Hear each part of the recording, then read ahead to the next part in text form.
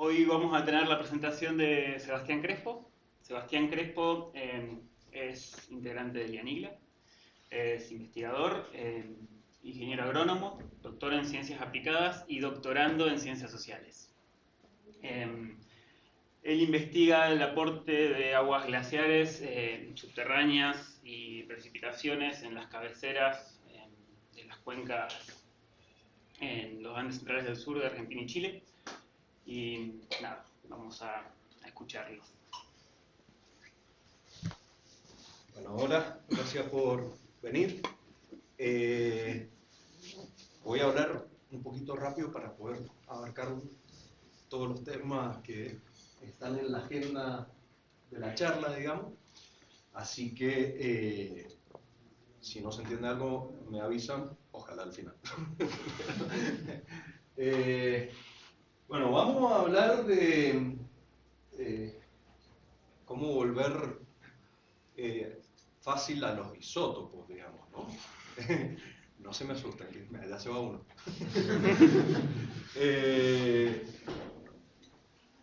El uso de trazadores naturales refiere a la química de iones y la isotópica, los isótopos pesados. Ya vamos a ver de qué se trata, pero no se asusten, porque no voy a entrar tan profundo ahí. Bueno, lo que voy a presentar mayormente en la charla es parte del trabajo que estamos desarrollando actualmente con un equipo de gente y también trabajos previos, ¿no? Que es con otra gente que no está ahí. Bueno, voy a hacer un contexto de lo que es el cambio climático, el retroceso glaciar, la escasez hídrica, cómo se hace la identificación y cuantificación de los distintos aportes de agua de las distintas fuentes. Esas fuentes son glaciares, nieve, agua subterránea, lluvia. Y un breve análisis de la percepción social en una cuenca de estudio. Cuando hablamos del contexto actual, la primera diapo que me gustaría que veamos es esta pérdida de masa glaciar que hay en todo el mundo, que es como consecuencia del cambio climático. Y voy a hacer hincapié en Chile. No solo porque estuve investigando allá y sigo investigando el trabajo de lo que hicimos allá, sino porque cuando hablamos de los Andes centrales, el grueso de la precipitación viene desde la fuente de humedad pacífica. Lo que recarga nuestra cordillera principal, mayormente, es de origen pacífico. Y cuando vemos cómo está Chile en el concierto mundial de la escasez hídrica, vemos que está con un estrés hídrico severo, más del 80%. Este estrés está dado por la oferta y la demanda. De hecho, es el país con mayor estrés fuera de lo que es el Medio Oriente, en el mundo. Acá viene la parte fea. Las proyecciones climáticas, por un lado, son muy buenas, son muy sólidas, muy consistentes. La parte mala es que dicen que va a disminuir más de un 25% las precipitaciones y van a haber de 2,5 a 3,5 grados de aumento de temperatura y más a mayor altitud, ¿sí? Esta es la zona de los Andes centrales de Chile y Argentina, en la que trabajo. Cuando hablamos del agua, los ríos de los Andes centrales, la fuente principal de agua es la nieve, que abastece a la población, a más de 12 millones de habitantes repartidos entre Chile y Argentina, para el uso doméstico, la irrigación, la industria, la hidroelectricidad y también la recarga de los acuíferos que se usan aguas abajo. En este trabajo de Mariano Maciocas, él reconstruyó cómo era el comportamiento de los caudales y la nieve. Los caudales de la línea azul y la nieve es la línea roja, y vemos que se acompañan muy bien, ¿sí? Sin embargo, en los años en los que nieva poco, ¿sí? Muy poco, como vemos ahí, vemos que el caudal baja, pero no tanto como debería bajar si solo dependiéramos de la nieve. Ese efecto amortiguador estaría siendo compensado por la entrega de agua que nos hace el ambiente glaciar y periglaciar. En estas mismas proyecciones climáticas vemos cómo por el cambio climático la altura de la isoterma de 0 grados va a subir en verano y nos va a dejar, si hoy abarca esta línea azul, nos va a dejar solo con estas líneas rojas arriba. ¿Eso qué quiere decir? Que donde antes nevaba, ahora va a llover, además de que va a llover menos, o nevar menos, pero a su vez, si nos proyectamos la montaña como un cono, a medida que nos vamos más arriba es menor la superficie. Al disminuir esa superficie, disminuye lo que se llama el área de acumulación de los glaciares, y por ende empiezan a retroceder los glaciares. Por una cuestión de tiempo no voy a meterme en la explicación de los glaciares, pero eso es lo que estamos viendo, por eso retroceden los glaciares, porque ya está pasando esto. Es muy importante el tema de los glaciares y en la COP27 de noviembre del año pasado dicen esto, queremos dejarlo bien claro, proteger la criósfera es una cuestión urgente. ¿Y cuál es el rol que cumplen los glaciares? ¿Cuál es el impacto que tienen? Otros trabajos con otras metodologías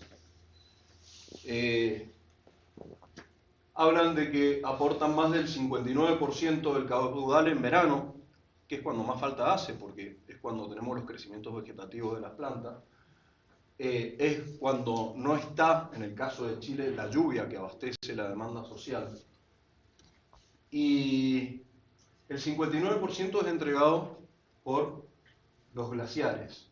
Ya en el 87, Humberto Peña y Nasarala hablaban de un 67% de aporte glaciar en verano, en años secos, ¿no?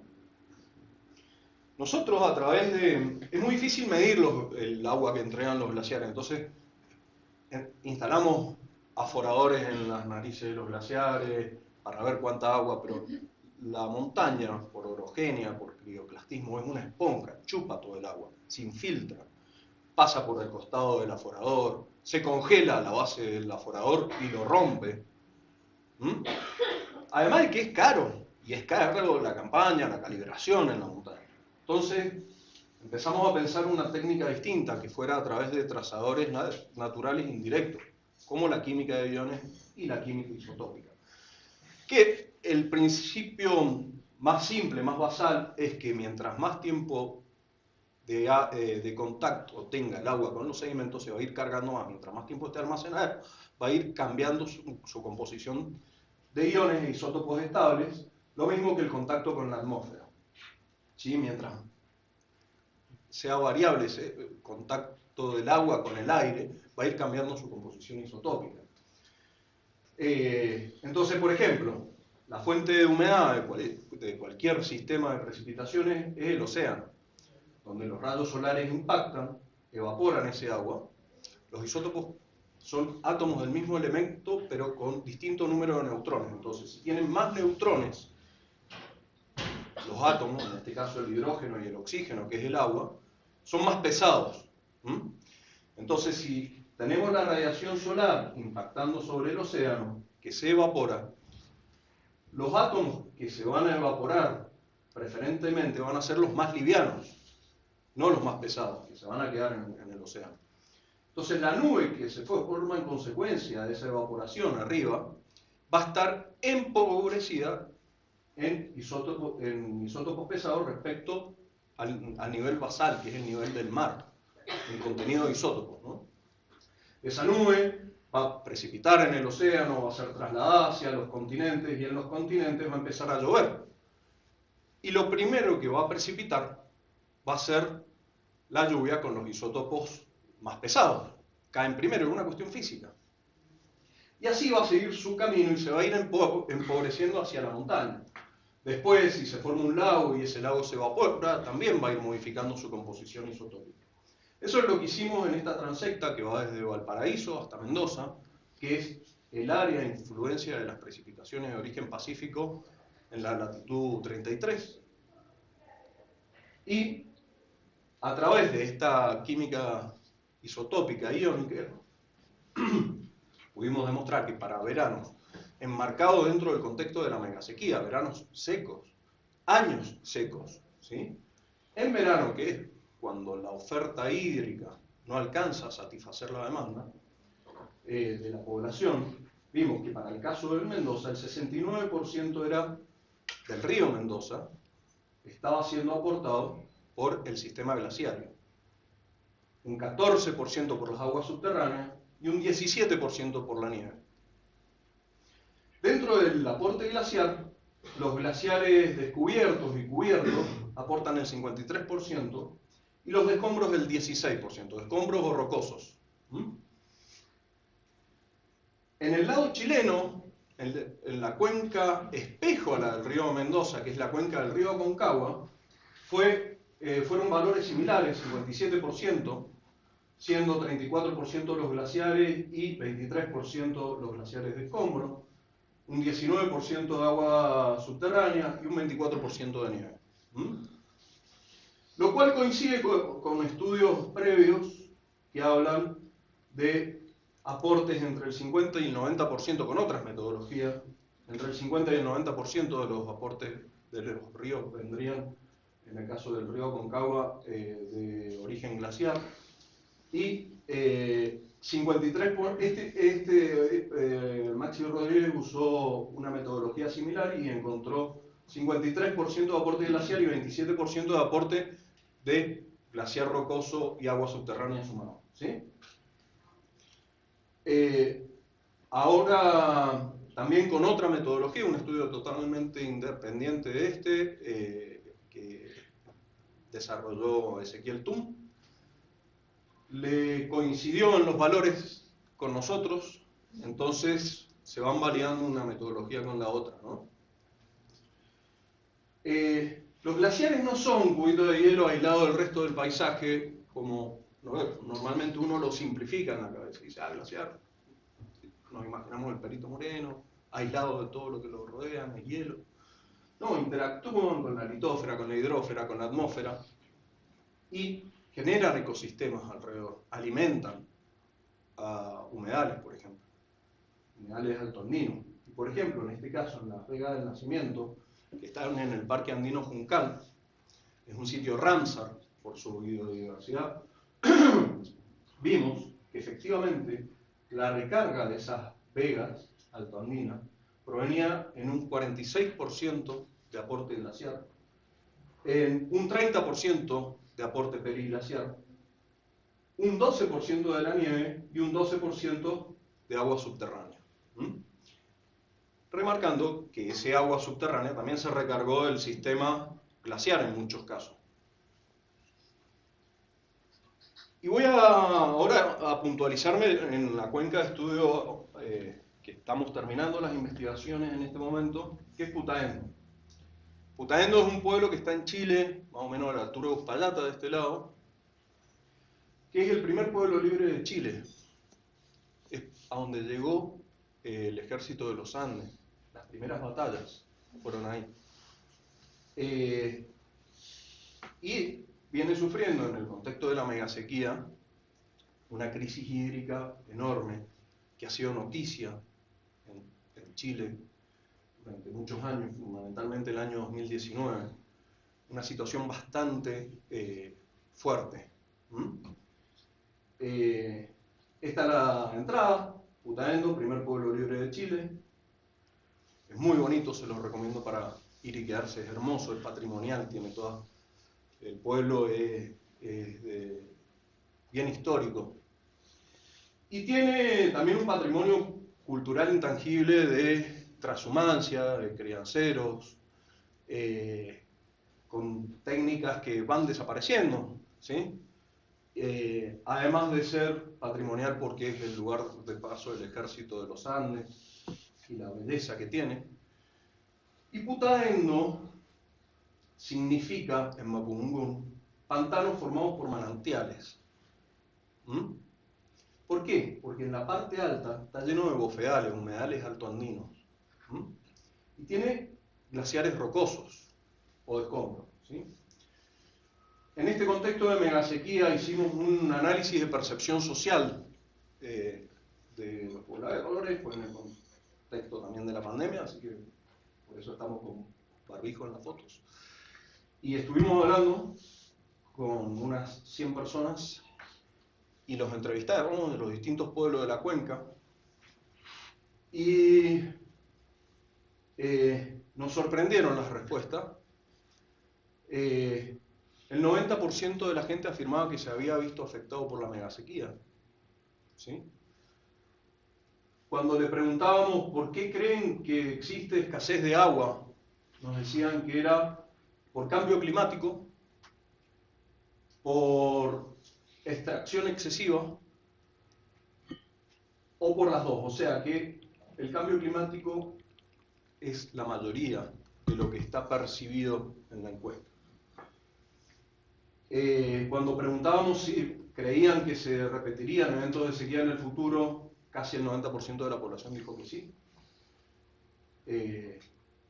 Y cuando les preguntábamos cuál creían que era la principal fuente de agua en años secos o en años nevadores a la gente, en años nevadores nos decían, bueno, es la lluvia, es la nieve, en su mayoría, lo cual coincide con la realidad, ¿sí? El principal aporte en un año normal a nevador es la lluvia o la nieve. Sin embargo, en años secos, y esto nos dejó helado la respuesta, decían glaciares rocosos como principal fuente de aporte, lo cual habla muy bien de los trabajos previos que han hecho otros colegas de información, saben lo que es un glaciar rocoso o escombro. Después nos decían lluvia, nieve, ¿sí? Pero un 44% de la población decía la principal fuente de aporte de agua en años secos son los glaciares rocosos. No decían glaciares en general porque lo que existe en esa cuenca son glaciares rocosos. No hay glaciares descubiertos. Esta es la cuenca, ¿sí? Estos son todos los sitios de muestreo de glaciares, humedales, aguas subterráneas y demás. Me voy a centrar en estas dos, que es la cabecera de cuenca, el río Rosín y el río Hidalgo, que se unen y forman aguas abajo del río Putaendo, que abastece al valle. ¿Sí? La unión del río Rosín y el río Hidalgo. Ya vimos lo que fue la percepción social, ahora vamos a ver qué es lo que nos arrojó el modelo de isótopos y química.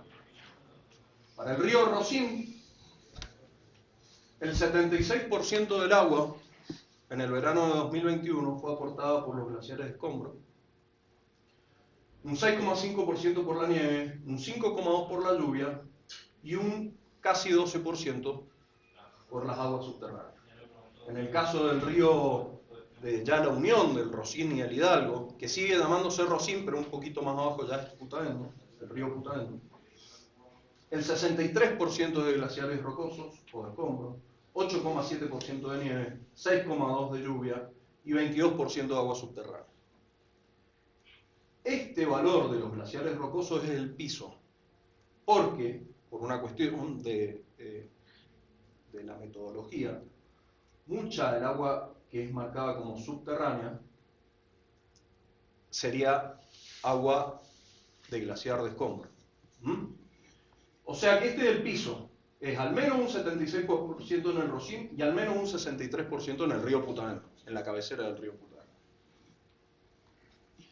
Esas son la parte de las investigaciones respecto a los isótopos. También estamos trazando la línea de aguas meteóricas local completa en todo el rango de influencia de la humedad pacífica, desde el Océano Pacífico hasta Mendoza, con una red de 20 colectores instalados, un muestreo estacional durante 2 años, en donde Andrés ayudó mucho. acá subí el videito, no lo vamos a poder ver, pero bueno, este es el colector de Cristo Redentor a 3.880 metros. Estamos terminando de procesar en el laboratorio la última tanda de muestras del verano de 2023. ¿Sí?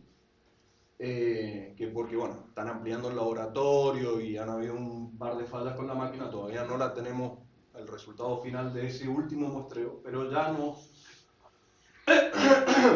está arrojando algo bien significativo, que es que se cumple la norma del empobrecimiento isotópico a medida que ascendemos en la cordillera, y una vez que pasa ese límite superior máximo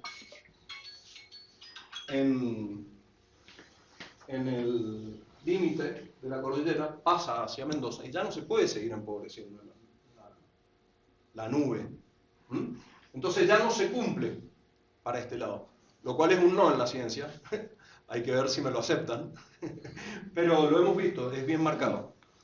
Otro proyecto, en base a estos dos trabajos que hicimos en la cuenca del río Aconcagua, del río Mendoza, la cuenca del río Putaendo y otras muestras que hemos sacado en las cuencas medias y bajas, vamos a desarrollar un atlas para poder decir este río tiene esta firma en años secos, siempre hablamos, y poder, en base a eso, sentar una línea de base para otros trabajos de otras personas que digan, bueno, este zorro toma agua de este lugar, por eso es importante proteger este humedal, por ejemplo. ¿Sí?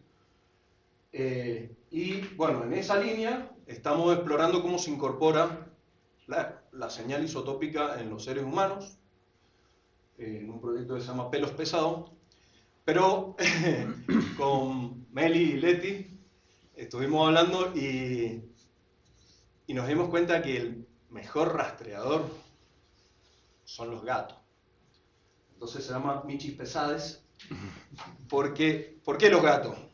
Porque los gatos toman agua de la canilla, de la llave, y no toman cerveza, no toman Coca-Cola, y no salen. No es como el perro que sale y deambula. Los gatos no salen, toman siempre agua del mismo lugar. Así que bueno, aceptamos voluntarios que nos pasen pelitos de sus gatos para esta investigación. Y por último, hablando de adaptación, y acá me voy a referir a Chile porque gracias al esfuerzo de todo el Yanila y muchas otras personas y organizaciones tenemos una ley de protección de glaciares en Argentina. En Chile no, se debate desde antes que nuestra ley, ya llevamos 17 años de debate de esa ley, y es un problema porque en los Andes centrales, de Atacama al Maule, hay 0 glaciar protegido, hay más de 4.000 glaciares, que son fundamentales para abastecer la demanda actual y futura de la sociedad.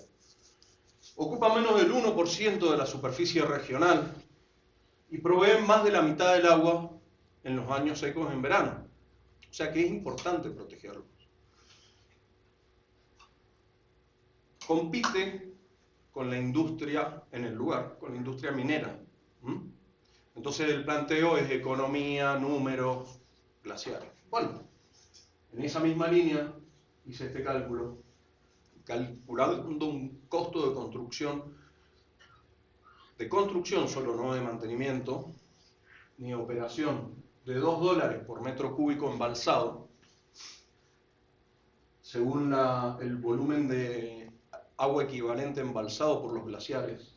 En la región de Valparaíso ocupan el 0,83% de la superficie, menos del 1% de la superficie regional, proveen más de la mitad del agua, como vimos. Y ese costo de embalsamiento, que está sumamente subestimado, porque es el costo promedio de construcción de los diques en las cotas bajas, no es lo mismo que en las cotas altas, implica una inversión de por lo menos 5.800 millones de dólares, que no hay que hacerla, está embalsado, es gratis. Y la mayoría de los glaciares, de hecho, en la cuenca del río Aconcagua, en la región de Valparaíso, más del 70% son glaciares rocosos, o sea que por esa gruesa capa de detritos y aire que los aísla de la atmósfera, son más resistentes ante el aumento de la temperatura. Entregan poca agua de muy buena calidad, pero constante, son el 73% de los glaciares de la cuenca del río Aconcagua, y nos ahorramos 5.800 millones de dólares, que es un 2% del PBI de Chile de 2019. Hablo del PBI de Chile de 2019 porque es prepandémico, ¿sí? Después todos los números ustedes saben que se empezaron a distorsionar. En la región metropolitana, donde está Santiago, estamos hablando de más de 45 veces el embalse del Yeso, embalsado en los glaciares. Un ahorro de casi 23.000 millones de dólares, que para que se den una idea es lo que Chile pidió como apoyo al FMI en el contexto de pandemia. O sea, un 8% del PBI de Chile, y de Atacama al Maule, que es donde tenemos 0 glaciar protegido, estamos hablando de 57.000 millones de dólares de ahorro en construcción de embalses, solo en construcción, no en operación ni en mantenimiento, que es un 20% del PBI de Chile. En base a esto, proteger a los glaciares como adaptación, lo fundamental son las leyes de protección, el principio precautorio en este caso. Entonces encaramos, junto con más de 14 colegas independientes que no cumplían funciones públicas ni de sector privado, de distintas universidades, no solo de Chile, sino de otros lugares del mundo, encaramos el asesoramiento a la ley de protección de glaciares en Chile.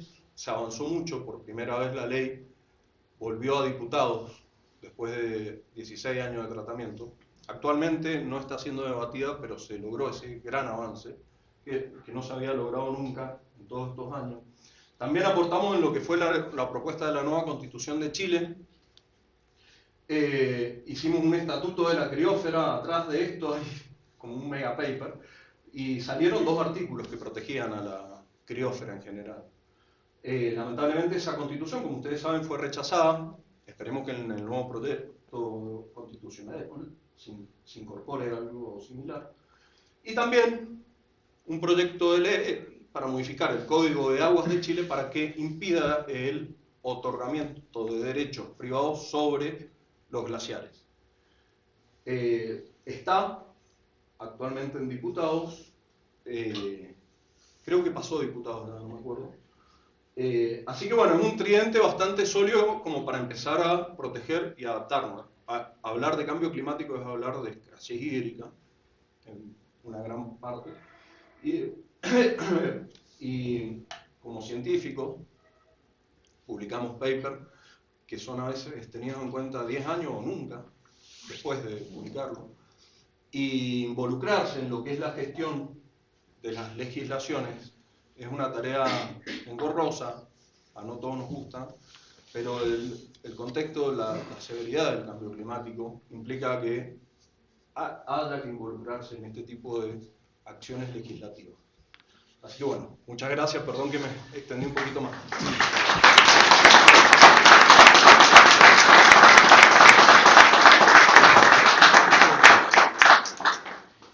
Muchas gracias, Seba.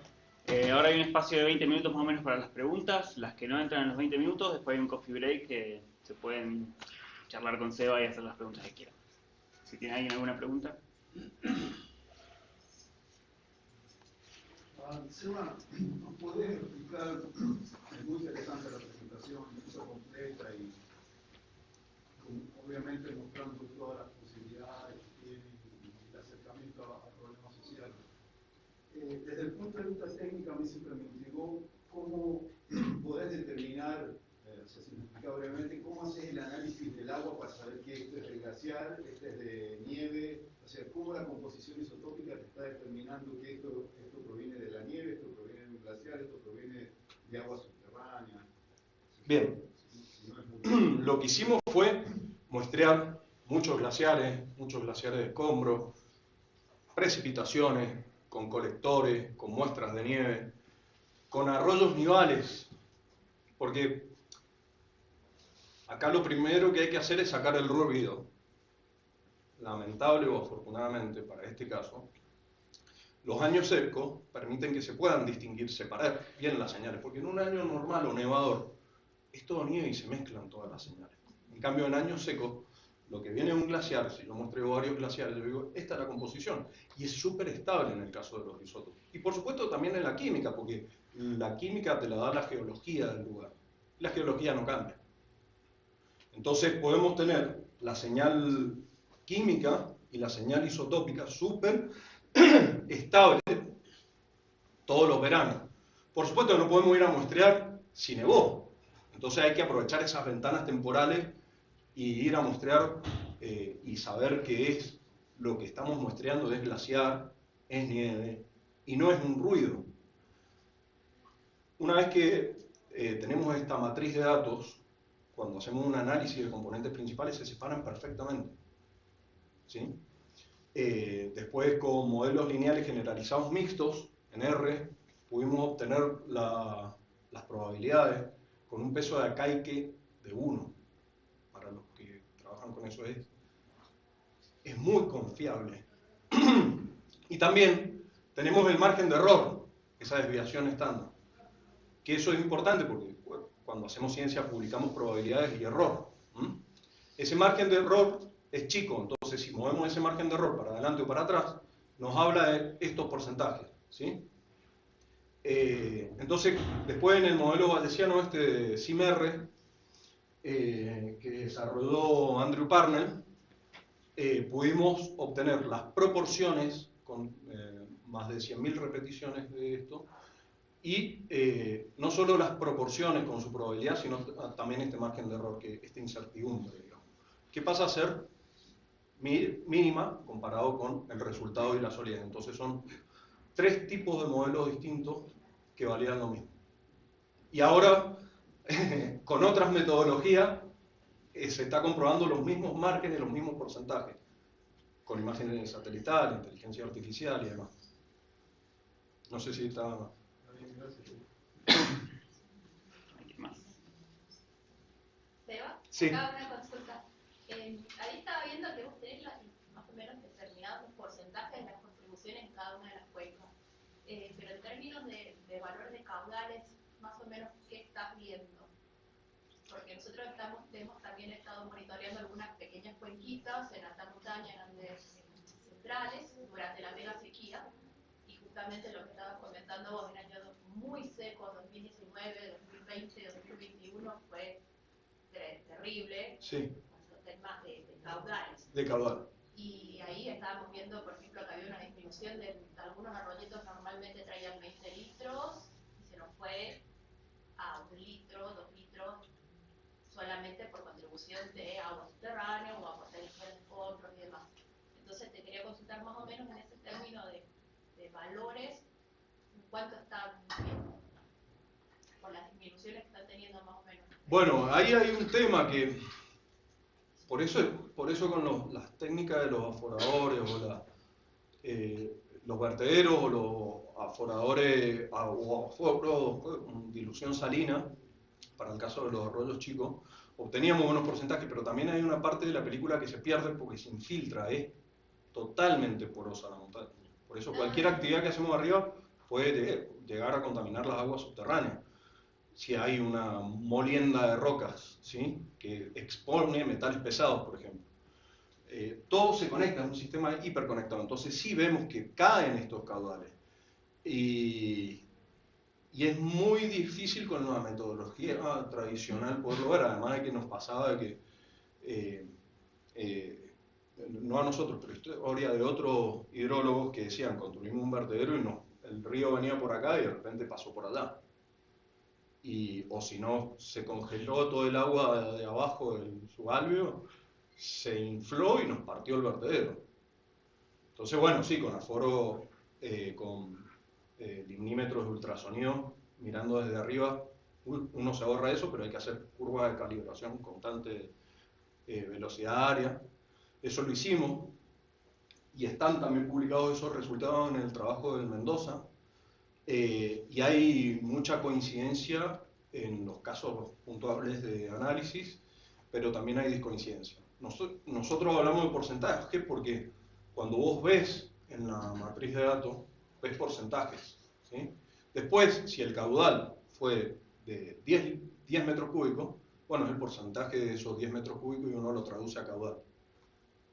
Y si es 100, va a ser proporcional, digamos. Entonces, por eso preferimos valorar en porcentaje para que se vaya trasladando a cada situación puntual. Por supuesto que cada subcuenca tiene su dinámica, pero cuando analizamos la composición química isotópica, es re estable.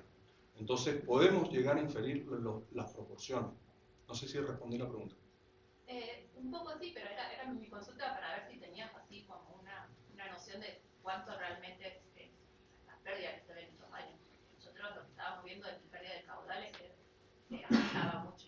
Incluso llegamos a pensar de que se nos habían roto los sensores porque no se estaba pidiendo nada. Recién ahora este año empezaron a recuperar un poco de agua. Y es fuerte el contexto de la Sí. megasequía. Sí. Sí, ahí el río Putaendo está seco. Sí. Sí. Hola, Esteban. Hola. Te felicito por la charla, muy completa.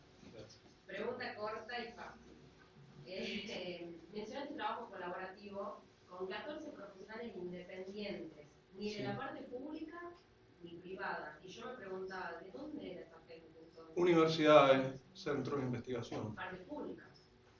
No, hay privadas No también. ni de públicos ni privados. Universidades ¿De privadas. dónde eran esta gente entonces? No, son como nosotros, lo que pasa es que el sistema de ciencia en Chile, vos investigás en una universidad. ¿Me explico? Público. ¿Pública o privada? Entonces, me refería a que no eran miembros del gobierno central, digamos. ¿Sí? Miembros del gobierno, ¿no? Del gobierno central. Del gobierno, sí. Sí, no funcionarios que pudieran llegar a responder a una presión política. ¿Me explico? Porque es una ley, es algo político. Los políticos son los senadores y diputados, son los que debaten la ley. Nosotros íbamos como asesor técnico, específico, hablando desde la ciencia, enmarcado en ese lugar. Digamos. Gracias. Sí. Una consulta. No sé si va a ser interesante, pero estaba pensando, ¿cómo haces para analizar la composición histórica del agua? Yo lo aprendí como en colegio, no sé cómo funciona ese análisis. Sacas la muestra y la llevas al laboratorio. No, hay toda una metodología desarrollada hace muchos años que lo que hace es por magnetos separar lo que son los isótopos pesados de los livianos y te da una proporción, es súper precisa la técnica, tiene un error del 0,1 por mil. 0,01 por mil. 0,01 por mil. 0,01 por 0,03 por mil. Para los hidrógenos. Y eso es lo mismo por cuando trabajas con hielo, la misma metodología. Sí, en el caso de los glaciares, si uno saca un testigo de hielo de la parte alta del glaciar es una firma, si lo saca del medio es otra firma, si lo saca de arriba es una firma, si lo saca de abajo es otra firma. Lo que te integra todo es el agua que sale. Y uno la analiza todos los veranos y es exactamente igual, es increíble la coincidencia.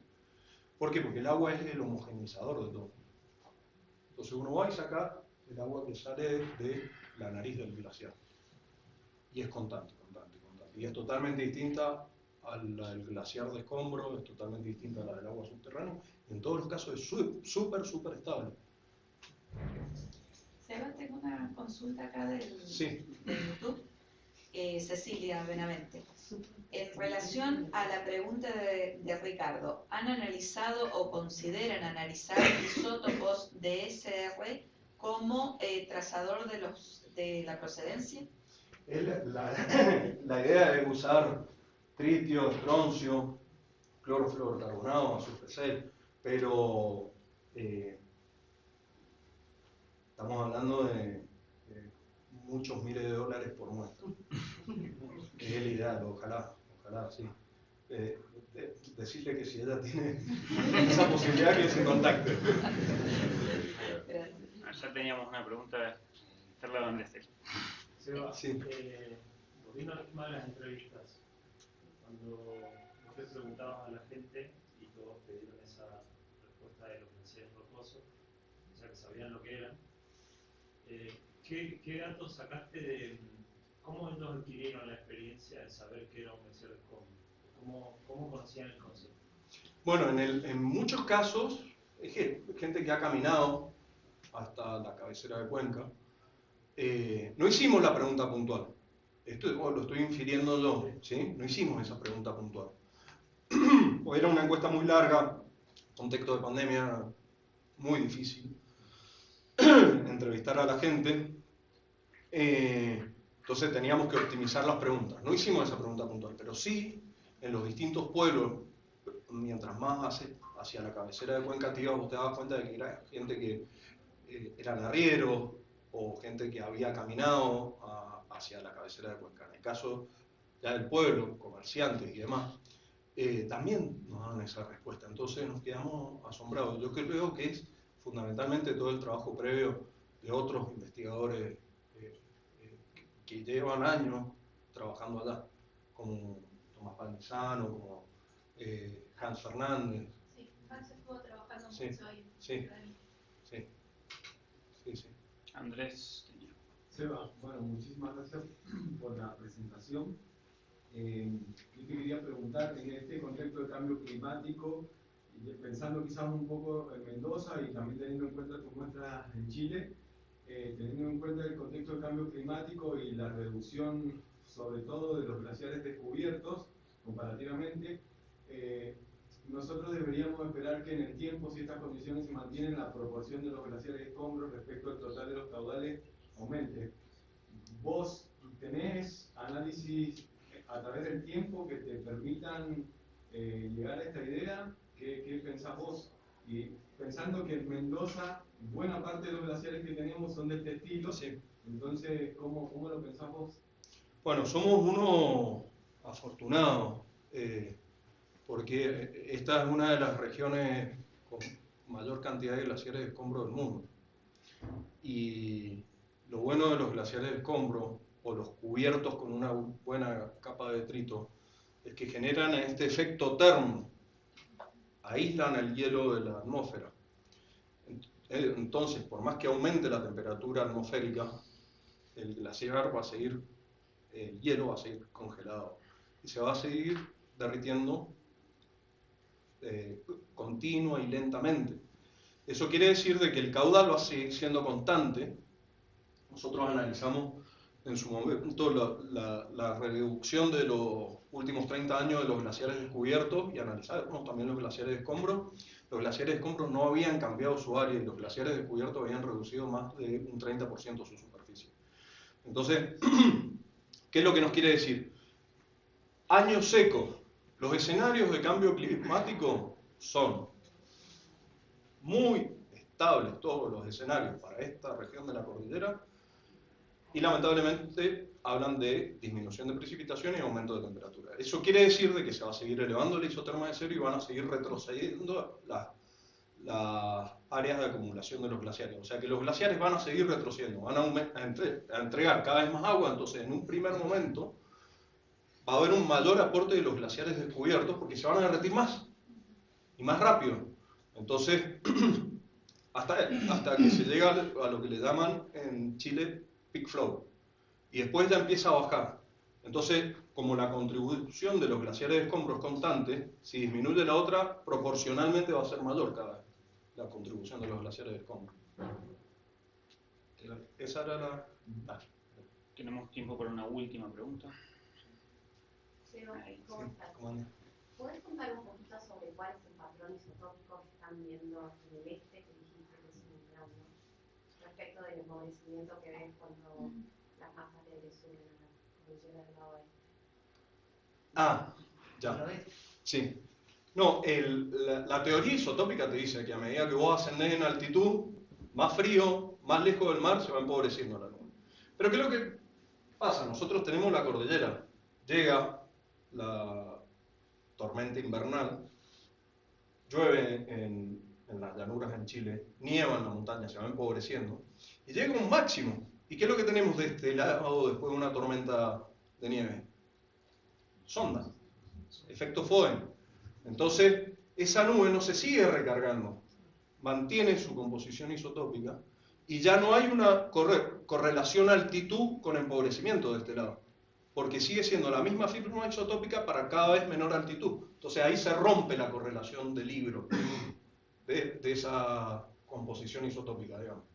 Pero es que también tenés una mezcla de masas húmedas, porque ahí ya sí, empieza por eso, la incidencia atlántica, entonces tenés una mezcla ahí, no es a lo mejor que se rompa, sino que las proporciones de aporte de lo que viene del Pacífico empiezan a disminuir con respecto a lo que llega del exacto, eso cuando vos Atlántico. empezás desde cordillera frontal y precordillera y el llano. Pero cordillera principal es ampliamente dominada por la señal pacífica.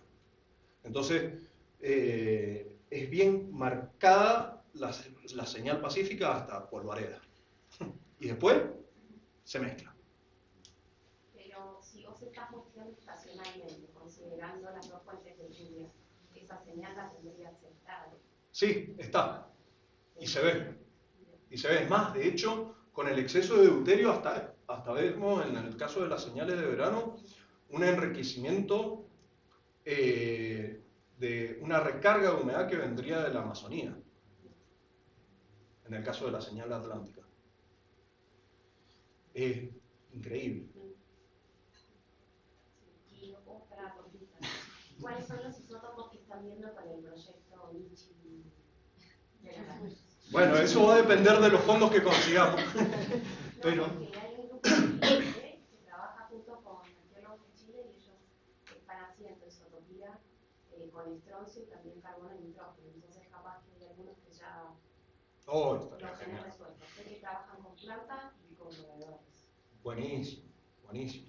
Sí, nosotros la idea es entregar un mapa base para los arqueólogos, los biólogos, para hacer forense, casos forenses también, ¿no? Se han usado, en el caso de los pelos, pudieron identificar el FBI en Estados Unidos en el caso de Salt Lake City Sally, una chica que desapareció y encontraron un cadáver que durante más de 10 años no lo pudieron identificar y por las composiciones isotópicas pudieron determinar quién era. Eso es el grupo de Luciano Valenzuela, que está en el CENPAT, si no me equivoco.